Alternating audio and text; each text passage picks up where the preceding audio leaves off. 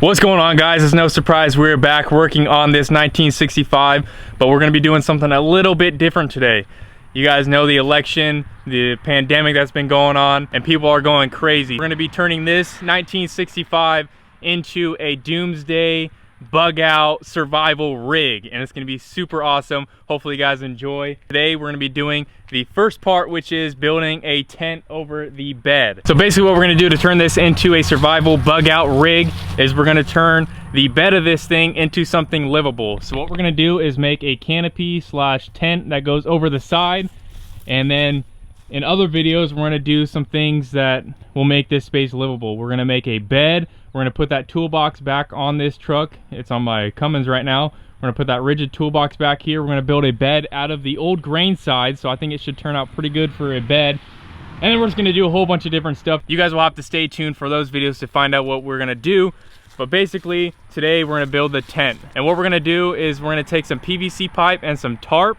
We're going to need, I kind of mapped it out already. We're going to need 12 4-foot pieces of PVC, which we're just going to cut them down and then make them this size. So 12 4-foot pieces of PVC, 24 4-foot pieces of PVC, and then we're going to need some adapters. So I'm not sure how I want the top of the tent. Do I want it, you know, just at a point? Do I want to add a little bit of curvature? I'm not sure, but this is what I got so far. I need 8 of these. I'm not sure what you call these, but they're basically going to be at the top. So you're going to have a support that runs straight down the middle, and then you're going to have spots that make it so you can put PVC pipe in, and it's going to go at an angle. Not sure what that's called. We're going to need 12 crosses and then 4 T's. So that should make up the whole tent of the bed. It's going to be a 16-foot bed, 16-foot tent, and then however wide, it's probably going to be 8 foot wide or whatever. So it should turn out pretty good. So let's go ahead, head to Lowe's, and pick out the material.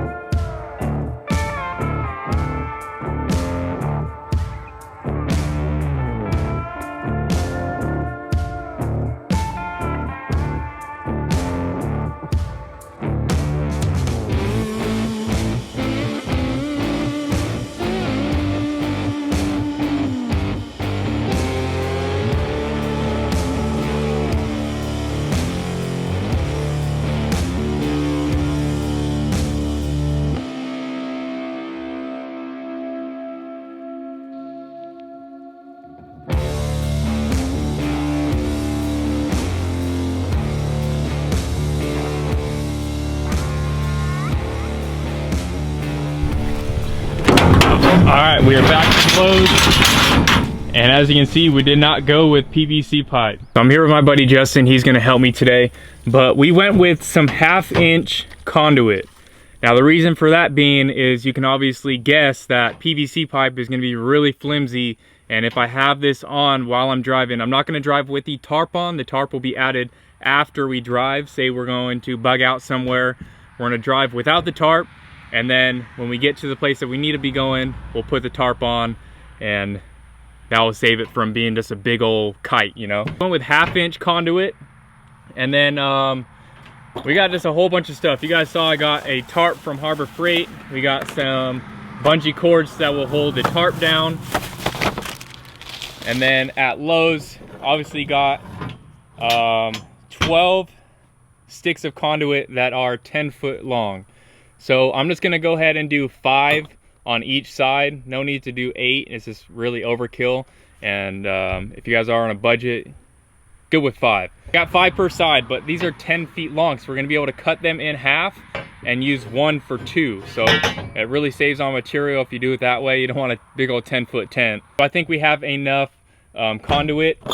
I got a bunch of 90s, and that's gonna make it so that we're able to just put a little arch in the tent. I was talking to Caleb while I was at Lowe's trying to figure out if I was gonna go with conduit or PVC pipe, and he mentioned that the military, like convoy trucks, They have a metal frame just like this. I'm not sure if they use conduit, they probably don't, but that's what I'm gonna go with, and it's gonna make it a lot sturdier for the final result. So in addition to the conduit and the 90 conduits, I got a bunch of connectors that are gonna connect the conduit to itself.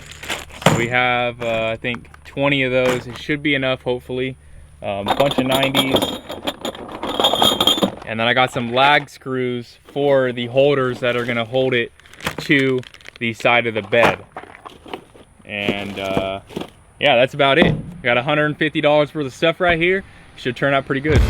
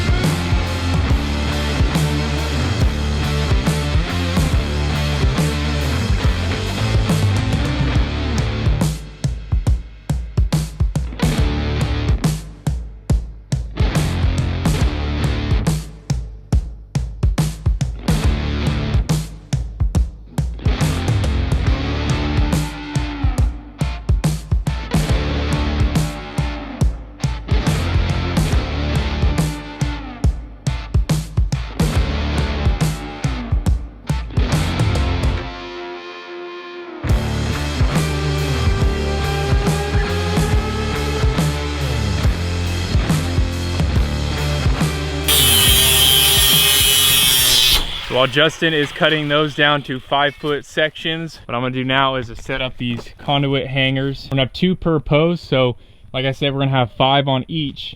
So we're gonna put a post right here. We're gonna skip one, put one right here, one right here, one right here, and then one on the back. I got 1/4 inch by 1 inch lag bolts that are gonna hold those in place. Man, dude, you're already ahead of it. He's already got them laid out. We got 5 for this side, and he's laying out 5 on that side. Basically, this is gonna go here, and it's gonna stick up about 3 foot, because this right here is about 2 foot. So we'll go ahead and lag bolt those in, and then we'll connect the top.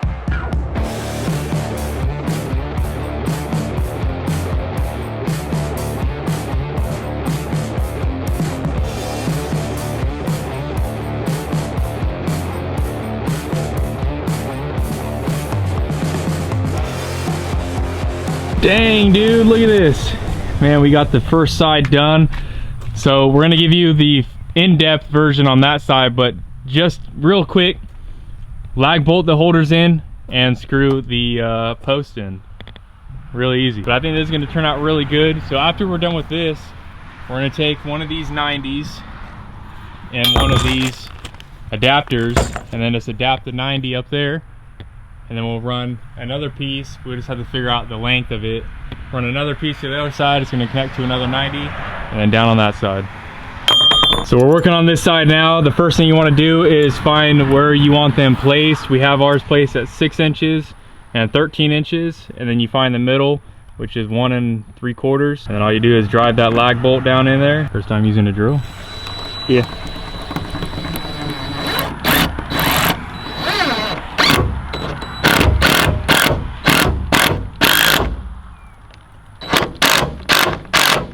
So now that all of them are lag bolted in, the next step, real easy, just go ahead and push the pull through,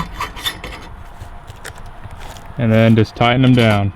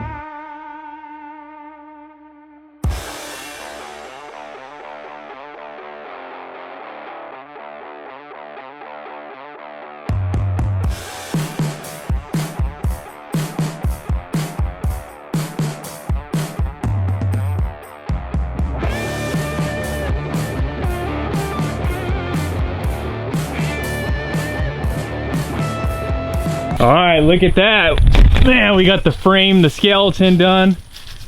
And it is looking good, man. It's gonna look like a big old convoy truck, man. So,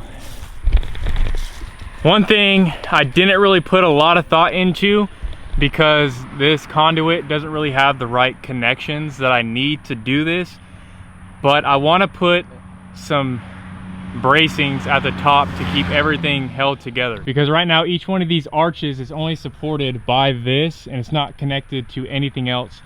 And as you can see at the top, it's really wavy.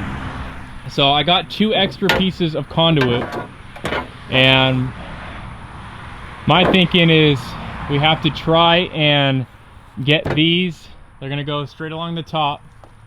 We have to figure out how to get these to connect to that conduit to connect everything together. Not sure how we're gonna do it. We may have to do a little bit of welding. We may have to even do a little bit of welding on these, because for some reason these clamps don't really hold it tight. We may just be putting a tack weld on each side just to hold it in place on all of them. But yeah, that's how it's coming along so far. We're gonna figure out how we're gonna do this cross bracing, and then we'll catch up with you guys soon. All right guys, so me and Justin were talking, and we were trying to figure out how we're gonna connect this top conduit to the other conduits. And the best we have right now is zip ties. This isn't gonna be permanent. I have a box over there full of bolts. I just don't have the right sizes. So what we're gonna do later on, we're not gonna do it in this video, but this is gonna be temporary. We're gonna go ahead and drill some holes through this conduit and this conduit and put a bolt and use the bolt to tighten it up. And that'll make it so that instead of welding it, you wouldn't be able to really take this whole thing apart. If I wanted to, I could take this whole thing down in 10 minutes. That's the whole point. You want to make it so you can break it down and not always have it. So basically what we're going to do right now to simulate a bolt, we are just going to zip tie this in a cross. And you know, this isn't permanent, like I said. I just don't have any long enough bolts right now. I just did on the same size, did I? I did. Wow. But this is gonna simulate having a bolt. You guys get what I'm saying. You guys are smart. So basically, a hole through and through, and a bolt's gonna hold this tight. We're just simulating it with some zip ties. So we're able to finish out this video and get it up for you guys.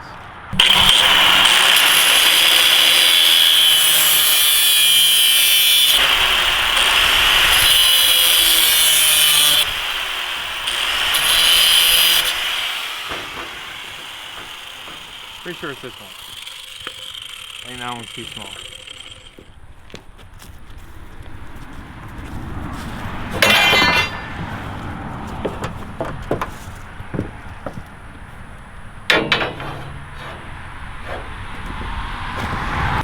There it is. We definitely, look at the angle on this thing. That definitely has to be fixed, but like I said, this isn't permanent. This is just for now until I get some bolts to drill and bolt those up. But, dude, that made it way more sturdy. It's still rocking all together, but it's just not rocking one. I think it's time to throw the tarp on. What do you say? Yeah, let's go ahead and throw the tarp on.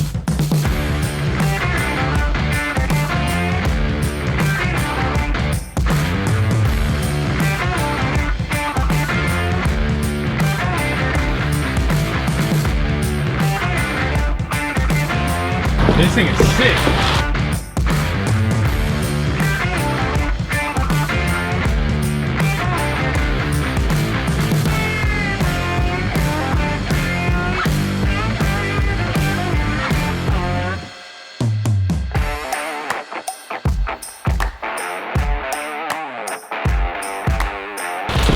This looks like from the outside. Dude, this tarp is huge. I'm tripping over this stump.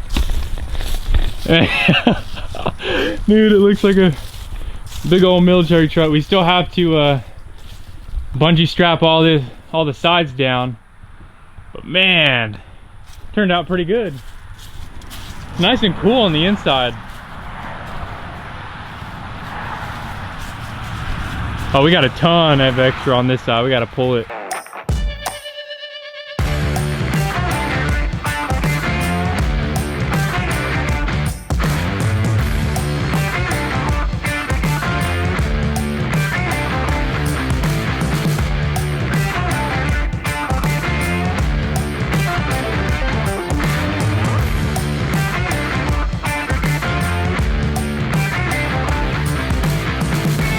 So this tarp is a 19, so we got a 16-foot bed. The 19 covers that, and the 29 goes over the edge. So we have a lot of extra that we have to deal with. We have these bungee cords that we're going to use to tie this whole thing down.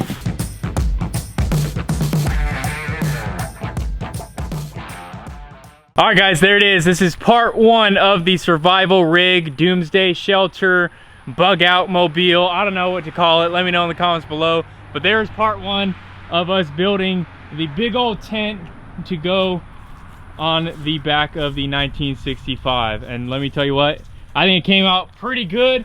There still are some things that we have to finish up. We just don't have the materials to do that right now. We need more bungee cords, and we need some bolts to bolt the frame up. We still have to figure something out with this, all this bunch. Are we gonna let it drop? We're just gonna let it hang? Are we gonna leave it the way it is? I don't know. Let me know in the comments below. But there it is, man. It's a huge space. Can definitely fit a ton of stuff in here. And if I needed to bug out, this is gonna be the perfect rig for it, because it is a massive space. 16-foot bed by 8. So you got a lot of room in here. There is a second way to put this tarp. We can flip it around so that the 29 feet is going from front to back, so we can overhang the big old gap right there and the big old gap right here, and that way it gives you a little bit more privacy. Thank you guys for watching. Big thanks to Justin. His Instagram will be linked down below. But yeah, part one turned out pretty good. Stay tuned for some other parts. We're gonna be doing more things to this to turn it to the ultimate bug out Doomsday Shelter. It's gonna turn out sweet. So thank you guys for watching. Stay tuned, and we'll catch you guys later. Peace.